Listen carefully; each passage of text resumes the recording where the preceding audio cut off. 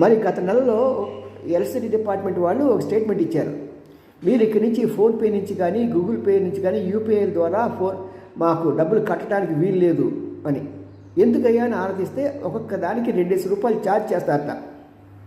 దానికోసం అది మీరు మా ఒక యాప్ ఉంటుంది, ఆ యాప్లో మీరు డౌన్లోడ్ చేసుకొని ఆ యాప్ ద్వారా మాత్రమే కట్టాలి, ఆ 2 రూపాయలు కూడా మేమే తింటాము అని ఒక దీంతో.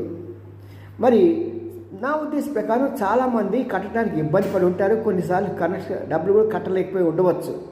ఏదేమైనా సరే ప్రజల ఒత్తిడి రావటం మూలంగా తిరిగి వాళ్ళు ఏం చేశారంటే మీరు గూగుల్ యాప్ ద్వారా కానీ ఫోన్పే ద్వారా కానీ మీరు పేమెంట్ చేయొచ్చని. గవర్నమెంట్ విధానాలన్నీ కూడా ఇలాగ తలతిక విధానం ఉంటే మనకి ఈయన తుగ్లక్ జ్ఞాపకం వస్తాడు. ఒకసారి రాజధాని ఈ ఊర్లో ఉంటే ఆ రాజధాని తీసి అక్కడ పెట్టడం అలాగా. మరి ఈ ఎలక్ట్రిసిటీ డిపార్ట్మెంట్కి అలాగే ఉంది. మరి ఇంకో పోతే పోయిన